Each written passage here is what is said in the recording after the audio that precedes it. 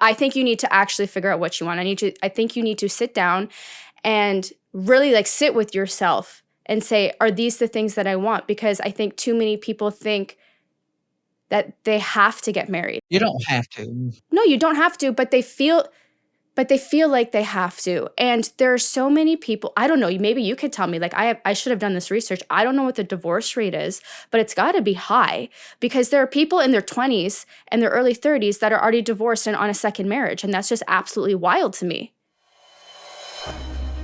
Licensed attorney, award-winning writer, businessman, entrepreneur, and other over-the-top crap. It's Life and Law with Eugene Cisco Jr.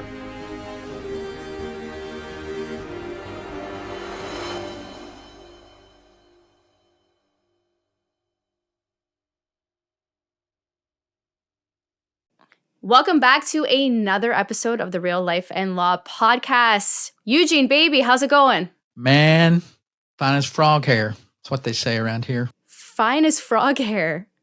That's a new one. I haven't heard that. I didn't even know frogs had hair. Oh, they do. They're real fine. They're really fine. Yeah. Oh, fine. Oh, I get it. get Like fine hair. It's one of those play on words. Yeah. Real fine. Got it. I'll keep that in the memory bank for next time. I'm keeping a list of all of your sayings, and I'm telling everyone in Canada about them, and they're laughing. They're loving them. So today's going to be, I feel like today's going to be a spicy episode. We're talking about divorce. So you have represented people in court as a lawyer through divorce, as well as helped people through a divorce in counseling. So you've helped them on both sides of the spectrum. So I'm gonna dive right into it. I'm gonna ask you, what is your opinion? And I feel like I know where this is gonna go because you are a happily married man. But what is your opinion overall on marriage? Okay, my opinion on marriage. First off, it can be good when it's good. And it can be your worst damn nightmare, and to use an overused phrase. It's very beneficial. I think if you want to raise kids, being married or in a committed relationship, and there's nothing that spells commitment like marriage, I think that's the way to go. When you have two people that care about each other and you have a common goal, and two people that are sufficiently motivated can do a heck of a lot more than one person alone. And that goes for raising kids. Mm-hmm. Married. And the data even shows that it makes very little difference as to what the sex of the partners are. The data does show that man and woman is the best. But after you get past that, two people raising a kid are a hell of a lot better doing it than one person. You said that the data shows that man and woman raise kids better as a couple than any other gender combination. Yep. Interesting. And it makes sense. Noelle, it makes sense if you think about it. If you have a boy, a woman cannot teach a boy to be a man. That's just my thought. I see what you're saying. And that's not political. I just believe we learn through role models. And a man, and likewise, there's no way I could have taught my girls to be women without a woman in the house, because I don't know the first thing about being a woman. Okay, so this actually brings up something so... I feel like we're going to get into this later in the episode because... Just let me put a little cap on that. So marriage is beneficial not only that way, but financially. You can create a ton of wealth together. Two people, better than one. Two incomes, everybody working the same place, sharing expenses, in the grind together over the long haul in a committed relationship. Now, this don't work if you're just shacking. In fact, if you're shacking, and if it's for a very long period of time, and if you're not careful, that turns into marriage. So you could be shacking, still be married. And if you leave that other person, you're probably going to owe them some money. So you got to watch out for that. But there's just a lot of benefits to marriage or a committed relationship. Do you think that people in this day and age maybe rush into marriage a little too quickly? Yeah, I don't see. I think there's a lot of that. I think when you're young, you have a tendency to do that, particularly when you're of the age to where you're in your 20s, your early 20s, and you see all of your friends getting married. Then that seems like for you, you don't want to be left out. We don't want, no, none of us want to be left out. So when we see all that happening and that stage of life thing kicks in, and all of your friends have getting married, all of your friends are having kids, and you aren't, then you're going to be more prone to push the envelope and probably settle for something that you weren't really thinking clearly about. And so that's always the first thing I tell people. The way to a happy marriage is to take your time, but not too much time, but know exactly what the hell you want. Most people have no idea what they want. Zero. So if I feel like that is important just in any relationship. Like you need to know what you want. Like I'm not even saying about like marriage, just being in a relationship with another human being. right, you got to have your deal breakers, right? But don't have too many of them, because if you have too many of them, you're going to put No one's yourself going to marry you're you. going to right, you're going to put yourself in a box, because you're like, oh shit, they've got this, they've got that.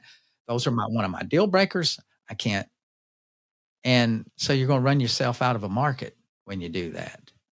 We have a market. I love it. There's this lady a couple of secretaries that I had in office years ago, and very attractive ladies, but couldn't find steady relationships, couldn't find the person they wanted to go out with. And I just told them, well, the problem that they had, that continues to be a problem with most people, is that they're narrowing their pool. It's very narrow. I said, if you're fishing in a hole and it's not very big, then go to a bigger hole. So, and that was the problem most people have, is they put too many qualifiers on what it's going to take to to find that person. But I don't think it's necessarily a bad thing to have high expectations. No, it's not. But let's think about it. Look at the data. A lot of women, if you look at these dating apps, swipe left, swipe right, all the dating apps, an enormous amount of women are swiping left. I think that's where you take, right? Swipe left, swipe right. One of them, whichever one is the swipe that you use to say that you like somebody. So that's swipe right. So let's assume that swipe right. Wait, say that again. You said that most women swipe right? No. They're swiping right on the same number of guys. The bios of men over 6 foot tall, 6-figure incomes. First off, there ain't many men over 6 foot tall. They're not. They lie. Well, the guy might lie, but what I'm saying is, if that's one of your criteria and one of your filters, you've already narrowed your pool significantly. Most men aren't over 6 feet tall. Most men don't earn 6 figures. Overwhelmingly, most men don't earn 6 figures. You're lucky to find a man, if he's working regularly, that earns $50,000. So if you're starting out with the 6 and 6, you're screwing yourself. Because you're not going to find him. But you like what you like, and I don't think that you can necessarily change those things, at least that easily. Okay. So and that's do you understand what I'm saying? I don't think that people should settle for something that they're maybe not 100% interested in. Okay, that's not one. All right, that's true. I would never encourage anybody to settle, but it depends on what you want. There is a give and take. There's a balance in all of that you do in life, and there's trade-offs on everything you do. So maybe you do want the 6 and 6, so hang in there. So you've got to reevaluate yourself, which is the hard part, if you're a guy or a girl. So, and I think this is just my anecdotal experience. Guys are less choosy than women.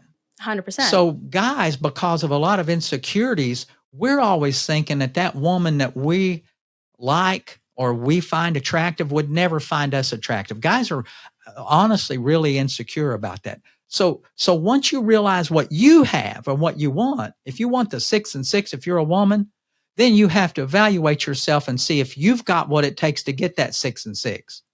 That's true. First thing you do is get your damn phone out and take a selfie and look at it and measure it against everybody else that you know has a 6 and 6. How do you measure up to that? See, I mean, the hard reality. With my 10 out of 10 personality, obviously. Well, but I'm sorry, baby.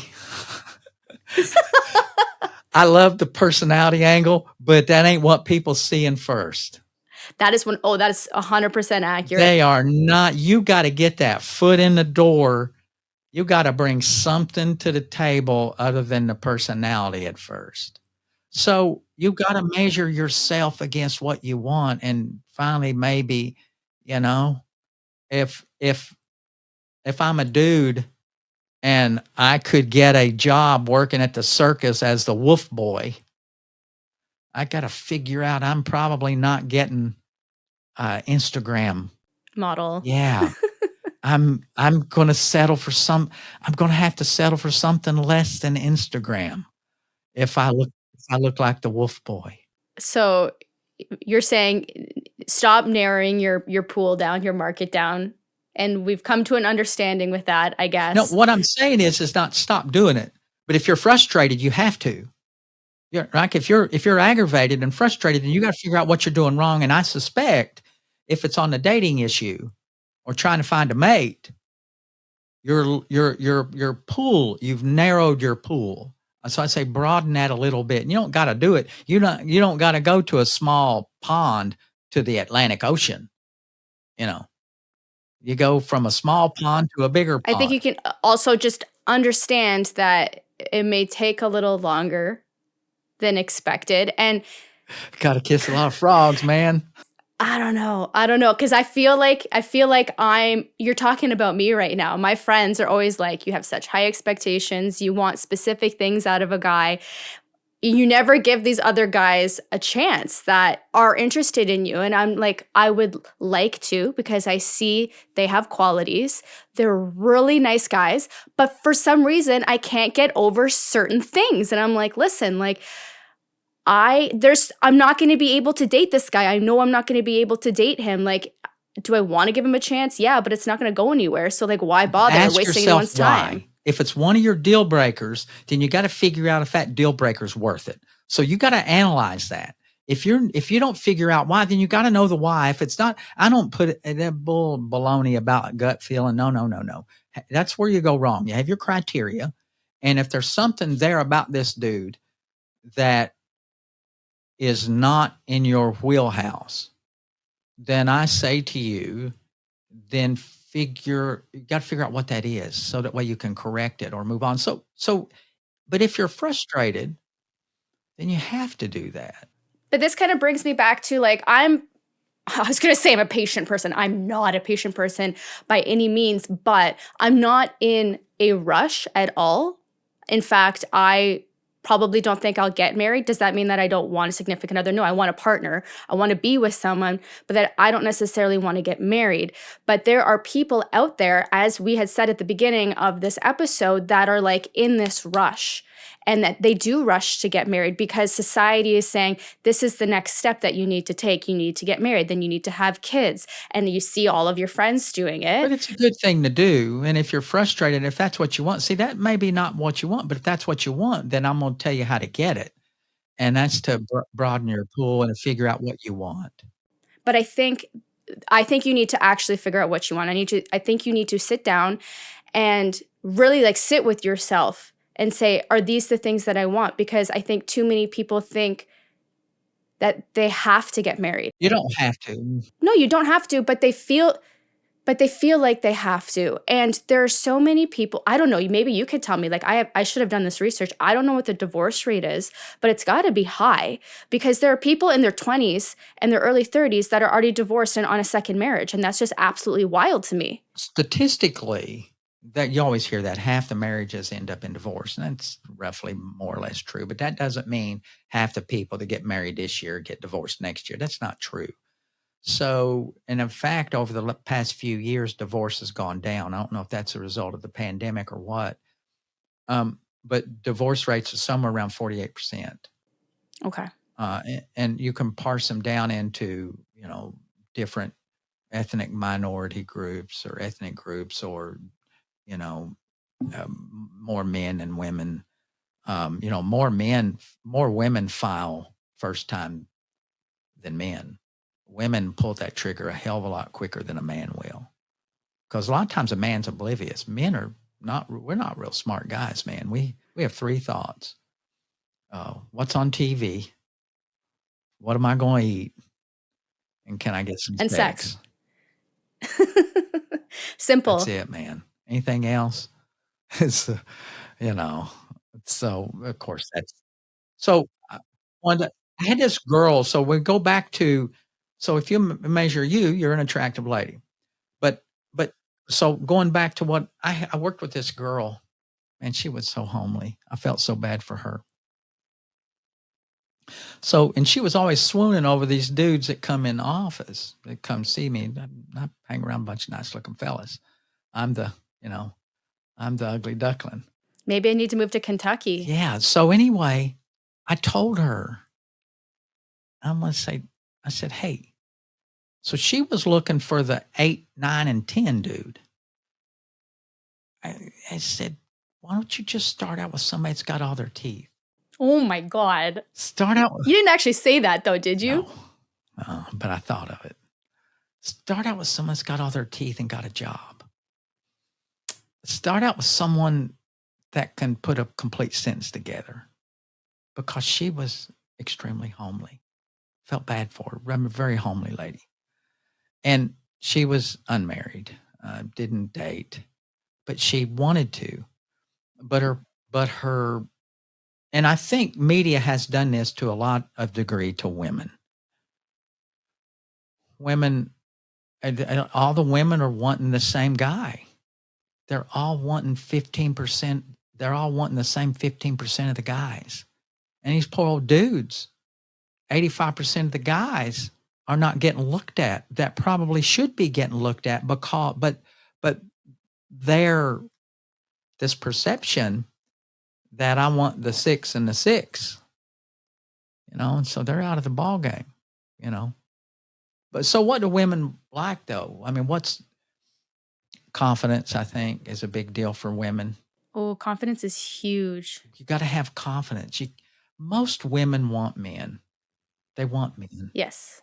We're sick of boys. They want a man to be a man. They don't want to raise a boy. No babysitting. And I'm a little bit chauvinistic. They want a man to earn money. They want a man to protect them.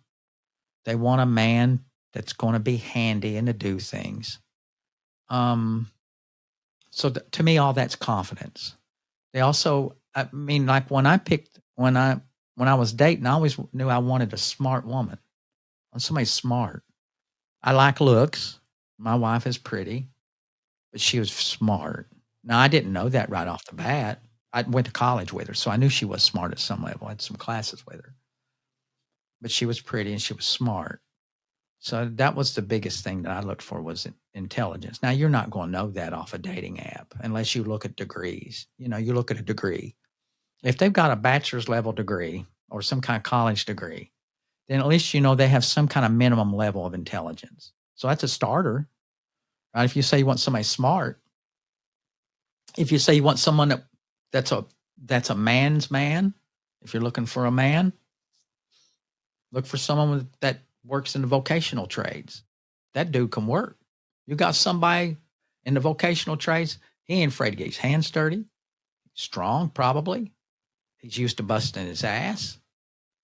So, if you're a dude looking for a woman that wants to have kids, you look for somebody maybe with, it's got a big family, comes from a big family, because more than likely, if they come from a big family, they're probably a nurturer. And that's not to say it is in every case, but I'm just saying, if I'm trying to narrow the pot down without really knuckling down and looking at all the research, I'm going to make some of those broad assumptions and kind of widen the pool of people I'm going to look for and kind of target it in. Like you can't go bear hunting if you don't know what a bear looks like. So you got to know what the bear looks like. So we obviously have your opinion on marriage as well as somewhat of my opinion. What's your opinion on divorce? I think divorce, you know what? I think it's a good thing. I think one of the worst things in the world is to have someone in a relationship that they're not happy in.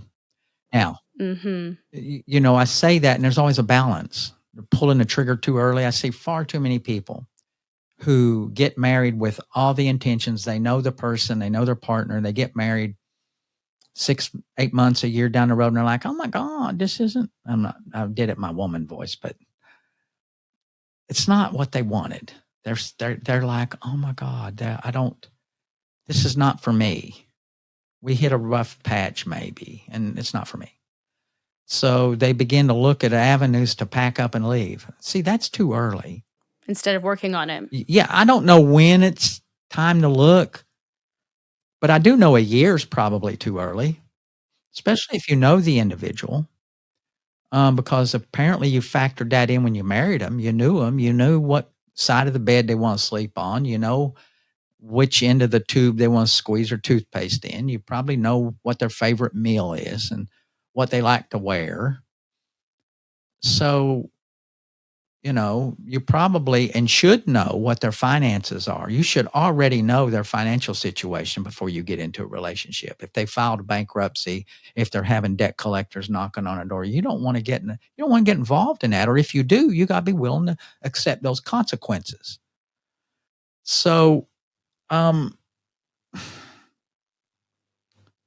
just gotta pay attention to a lot of those things. So this wasn't even an original question. I agree with you on divorce. I don't think that anyone should stay in a relationship if both parties aren't happy. But I have a friend who was staying in his marriage because they had 2 young kids.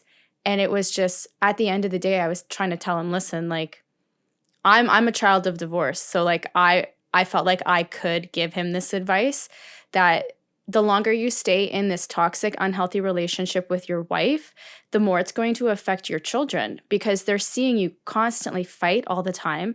They're all of a sudden now they're picking sides. One kid's picking the mom, one kid's picking the dad. It's just you're turning the family dynamic into a complete toxic situation where if you both were to part ways and be happy, separated, and you could still raise them. Want me to tell you what that person's biggest problem is? What? They're afraid of letting go. That relationship they have, they know it. They're hanging on. They're afraid to let go because divorce and all of that and all of the crap that goes with it, particularly if you have kids, it's scary. So they're grinding it out because the thing when they let go is so scary. There's comfort in the pain that they already know. Oh. And hope against hope that it'll turn around. And shit, it ain't turning around. I mean, people do that. No, it's not turning around. Two things. When they say, I hope it'll turn around, you are delusional. The best predictor of future behavior is past behavior, right? If this has been going on for years and years, it ain't getting no better. It will not ever get no better. It's not changing. It may get better in the short term, but over the long haul, it's not going to get better. It'll get better when you bitch and nag and complain, and then it won't be better. So when you do that, you're delusional. And if you use the kids, you're just pimping the kids out because you don't have the guts to do what you need to do and pull the Band-Aid off.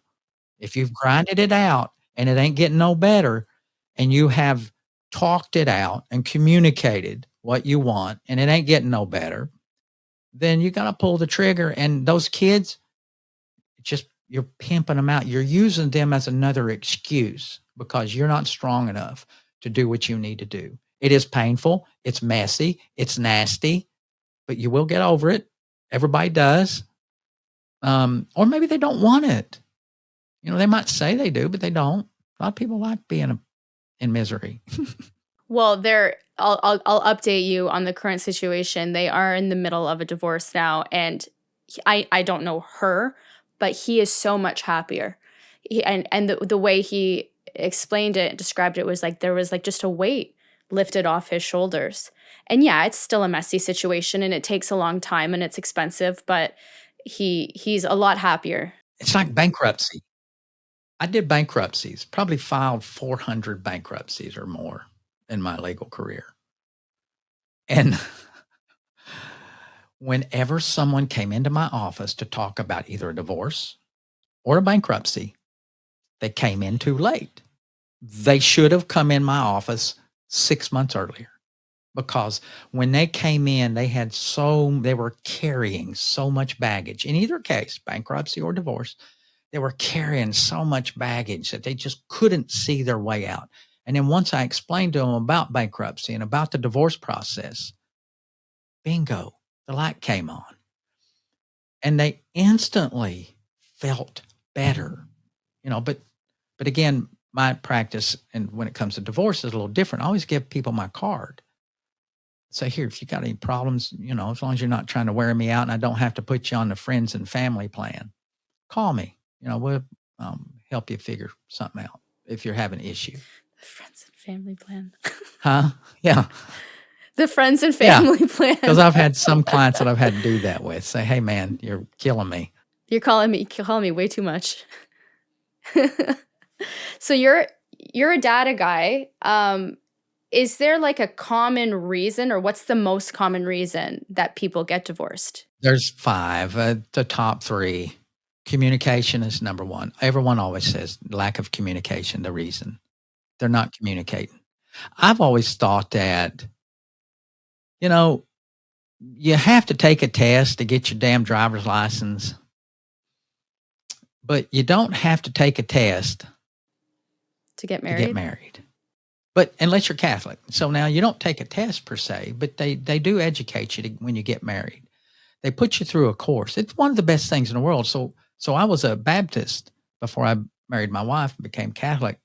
What I learned in this course was that I said, shit, these people got it figured out, because they're taking this couple who doesn't know shit from apple butter about marriage.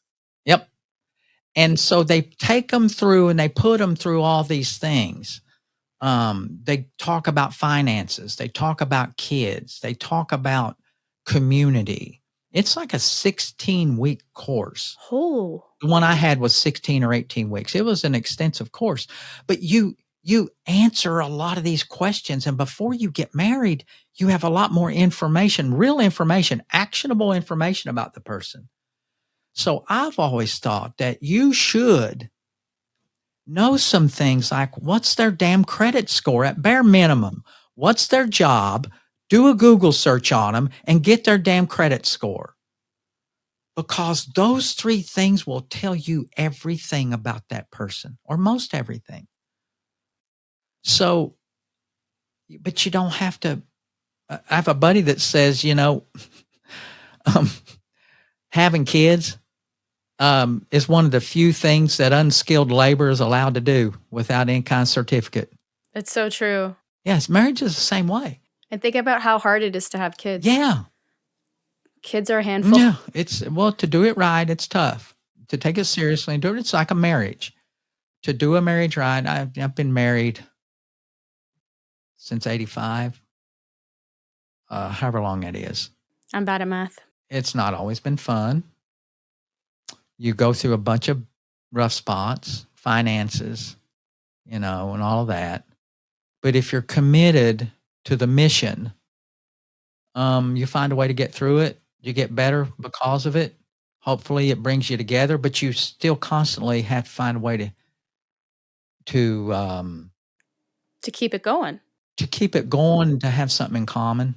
But that's why it's so important to communicate.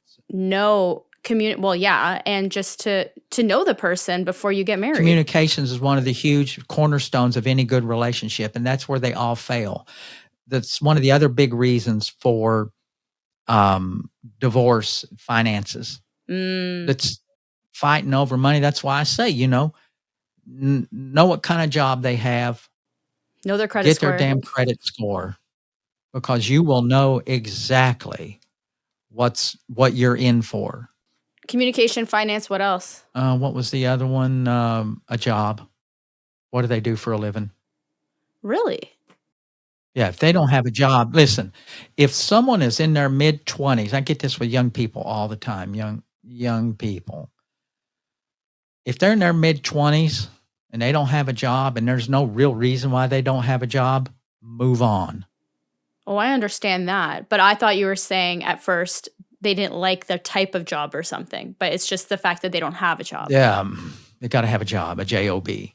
Well, they should have had a job before you got married to them. Should have. That's why I say when you're in that interview process, and you can do that on a phone call, hey, or text or Facebook. Hey, what do you do you got to go to work in the morning if it's Sunday night? Yeah, I got to go to bed. I'm going to get up in the morning. You should be doing this before you're even like an item. You should be doing this in the talking stage. You can do that over text message, or you can do it with a profile, or something. But those three things, man, are crucial. Do a Google search, find out they're not a hatchet murderer.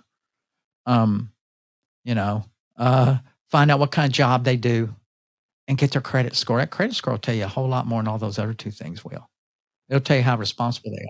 This wasn't part of my original list of questions, but I have a strong opinion on this.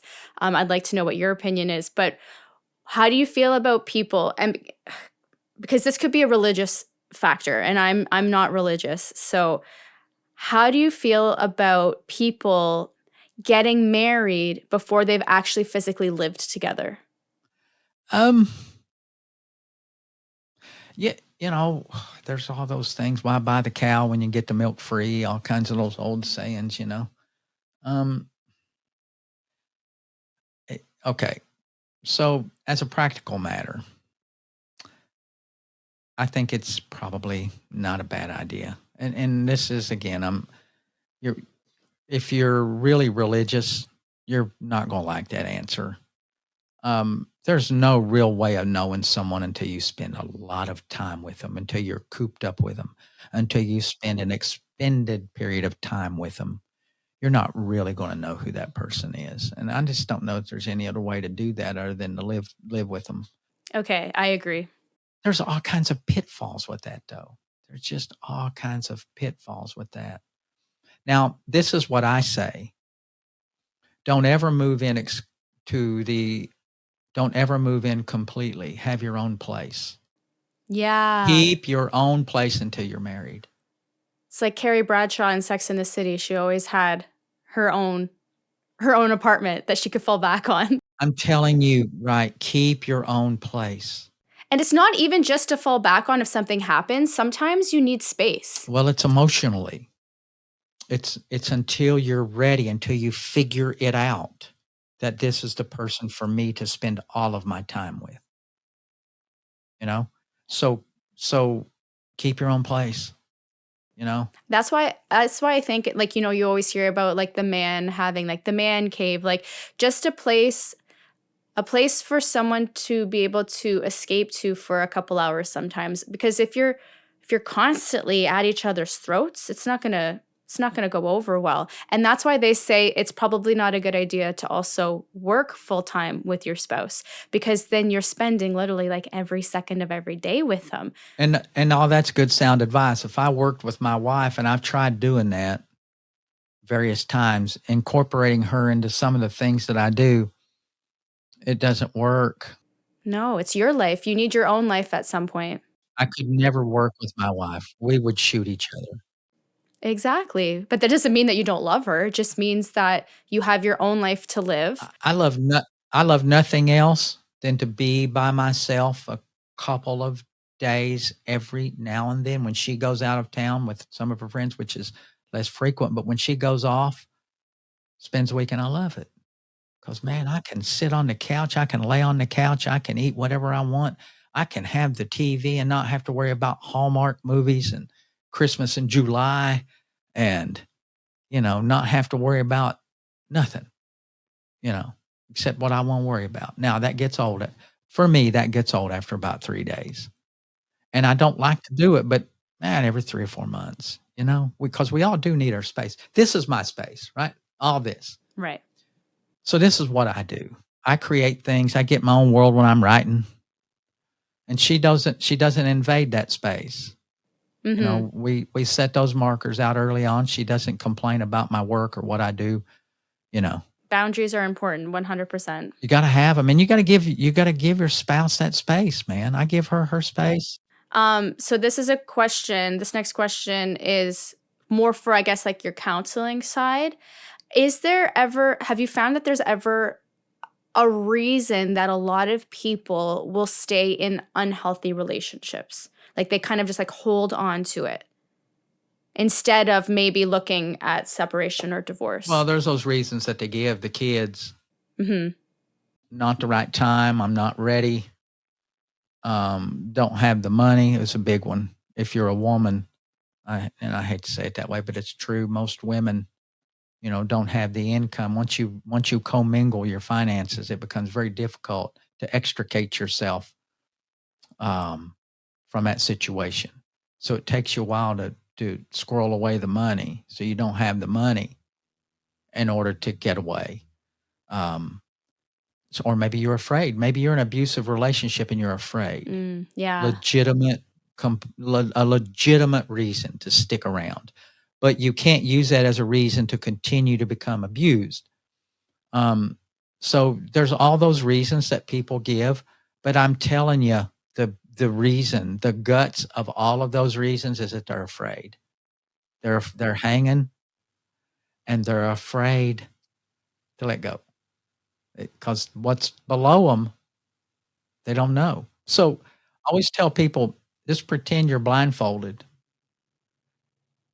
and you're in the dark and you're hanging from this pole. See if it's dark and you're hanging from this pole, you don't really know how deep it is when you fall, right? Mm-hmm. So if somebody puts you in a room and you have no idea and you're hanging from a pole, you are terrified to let go because you don't know how far it is. But once you finally let go, you realize, oh, that was only about 3 foot. Yeah. Not bad. It's not bad. Didn't hurt. Maybe You won't know till you let go, though. Yeah. Maybe twisted an ankle, whatever. So that's what happens. People are afraid. Ultimately, is they're afraid. So let's move to the other side. You've represented people as they have gone through a divorce in court. Does it ever get really, really nasty? And do you have maybe some juicy stories that you can share with us? Well, yeah, it gets nasty. It gets as nasty as you want it to get. To be honest, most judges don't like nasty. So if you've been around enough, you realize judges don't want to hear that, even though they get paid to hear it. They don't want to hear nasty. But now you can. So, I had a case once where this dude and he was an older man. I felt bad for him. He was 76 or so. He came into my office and wanted a divorce from his wife of about 30 years. First question in my head was, what the hell you want to get divorced at 76? Mm-hmm. And just ride it out, man. Yeah. But see, she had gotten involved with, one of those scams.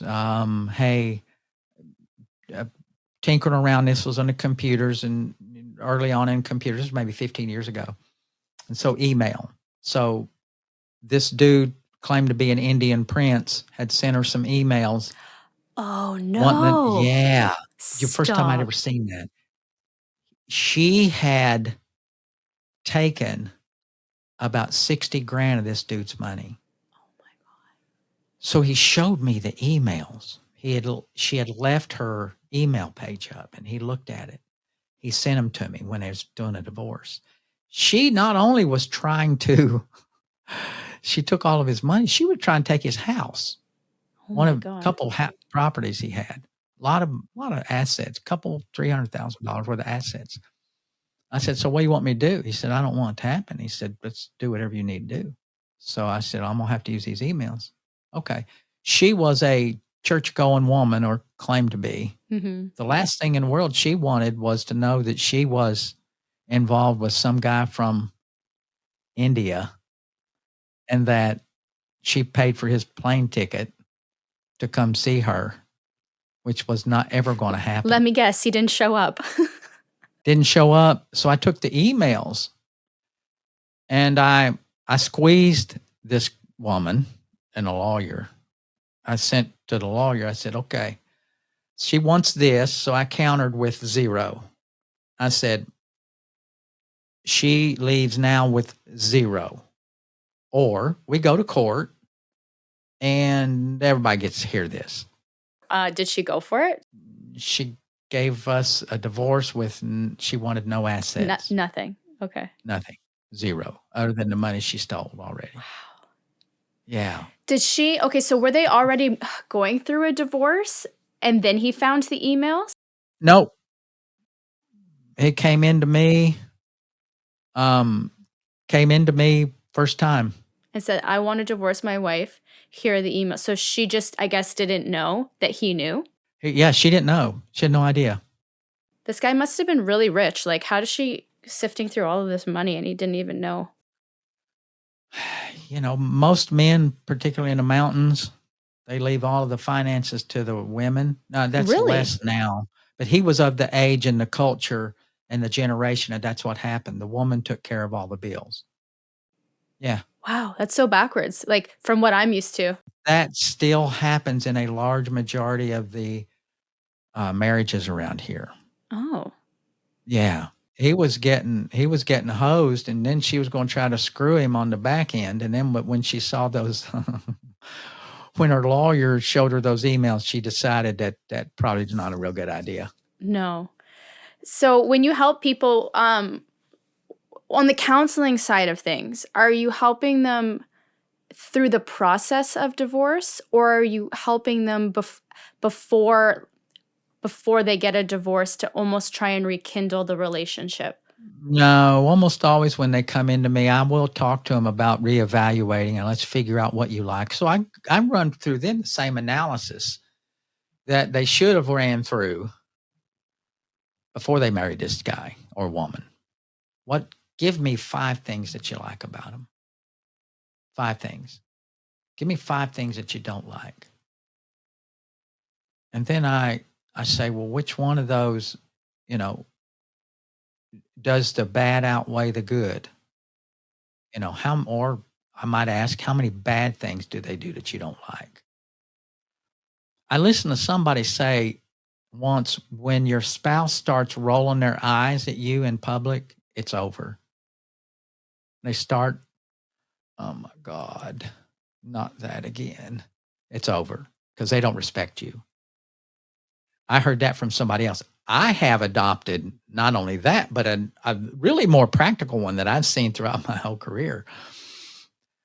You don't know how many men that I've had in my office that said their wife was filing for divorce. A common denominator in a lot of these relationships was before they got a divorce, the woman did a couple of things. The man didn't pay much attention to, but after I realized what it was, they became enlightened. And this works with women and men too. You start doing something different to yourself. You do what you would consider an improvement. Maybe you get some Invisaligns. Maybe you straighten your teeth. Something that you'd always wanted to do. Little makeover or something, right? Like a little makeover. Maybe you change your wardrobe. You get a little different clothing. Whenever I hear that a woman is remodeling her house, I tell the man to be wary. Really? Cabinets is a big one. Why? They start redoing the cabinet. I don't know. It's just one of those things. They're redoing something. They're not happy. The cabinets they have are perfectly good, but they feel the need to do something different. It'll manifest itself in a remodel. It's the same thing. It's another way of doing that. I understand what you're saying, but I think when I first heard you explain it, I was like, oh yeah, she or he are glowing up because they're maybe seeking for someone else. They're doing what?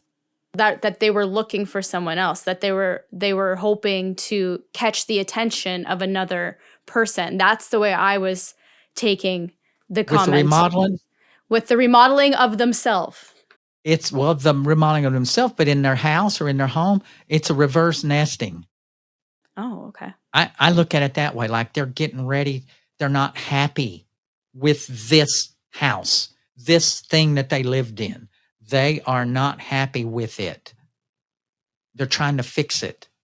And they don't really understand they can't fix it. They're not happy. It's going to be the kitchen cabinets. It's going to be the flooring. It's going to be new paint. It's going to be a whole new bathroom. They're going to spend $100,000 on remodeling that house, and they're still going to be unhappy. So you're saying if your wife or your husband starts remodeling out of nowhere, but they're obviously upset, so maybe like look into it. It's worth a look-see, because look-see. To me, what that tells is something's wrong.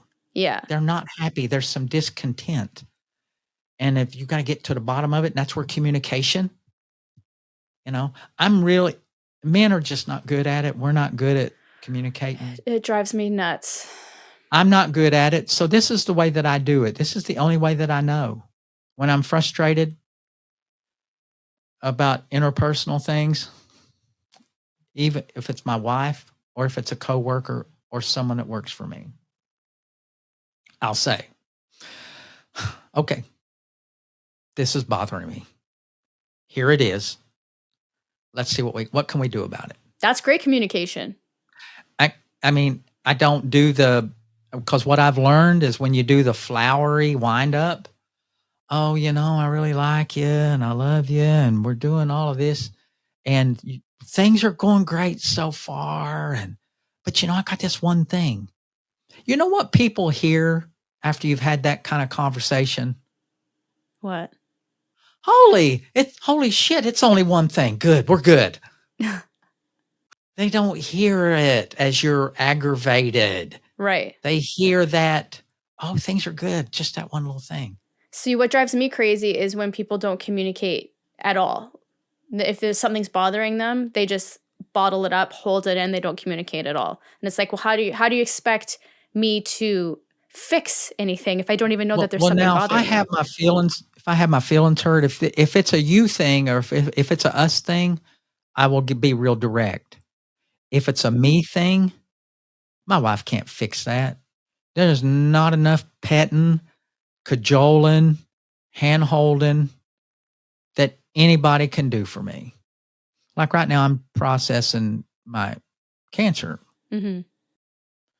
So I've been in a shitty mood. Not bad, but I've been sullen and,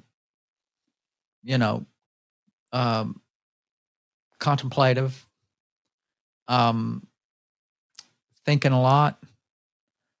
I'm reading a lot. So I'm not talking to her a lot, but I'm processing in my head because it's a me problem. Nobody can fix that but me.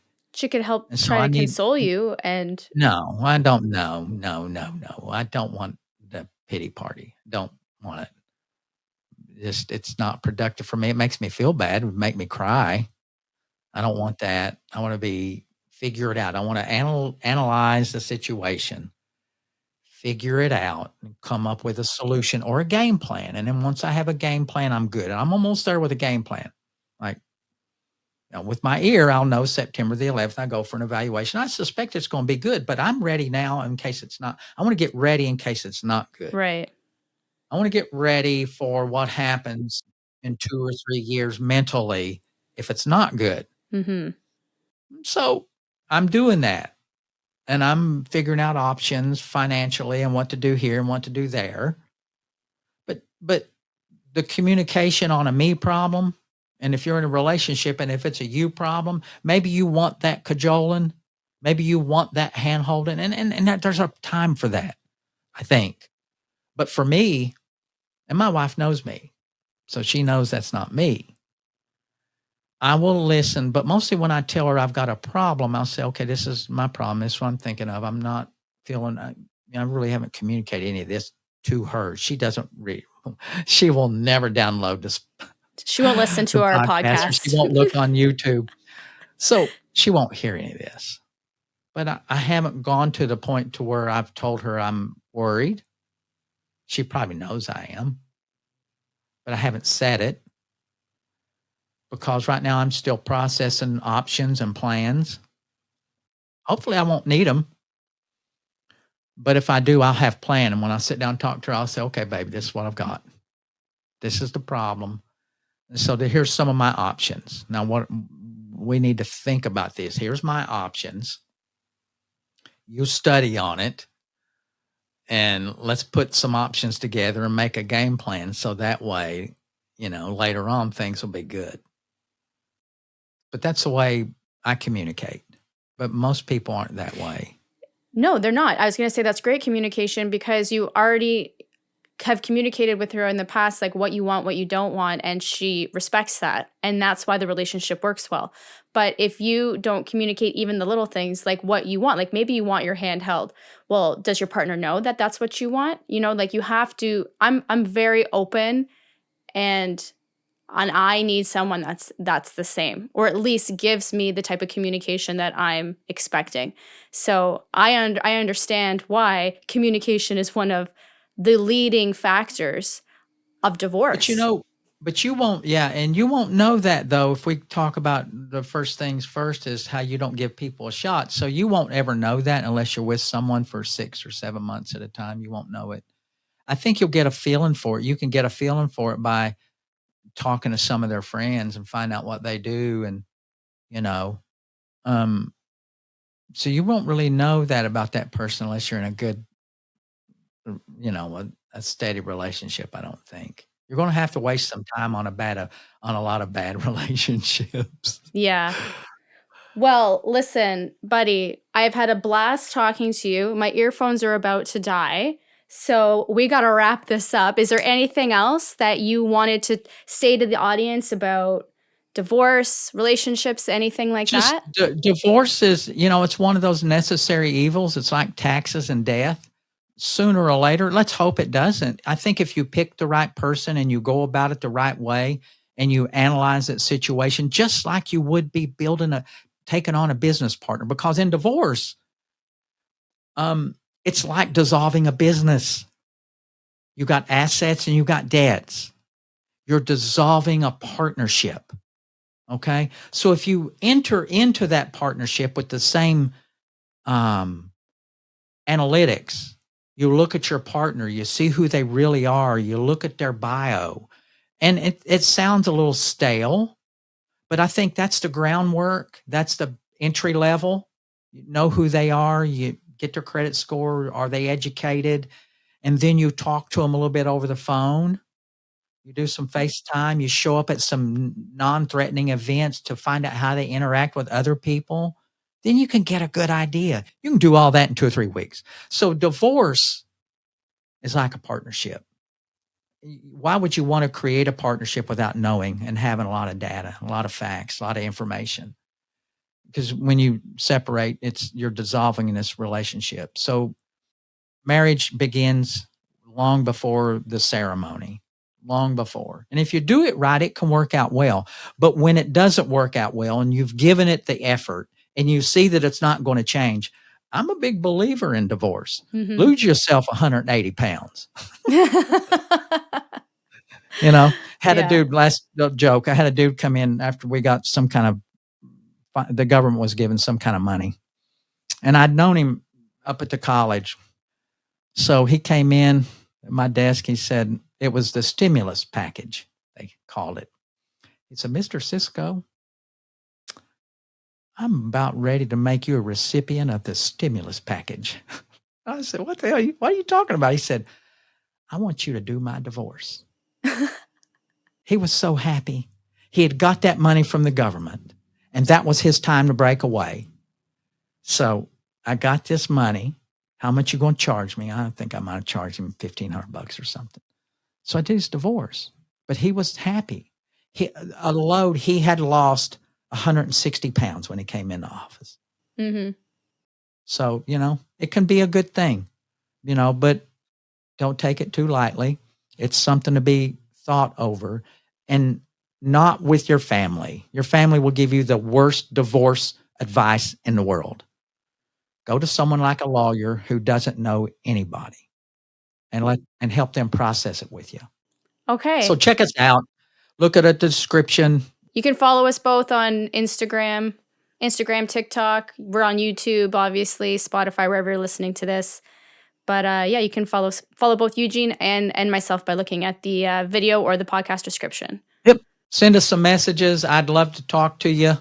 So I guess until more, I guess my father is wrapping us up here on this little turn me around, help me to the door. Turn me around, help me to the door. I'll never make it on my own. Turn me around, help me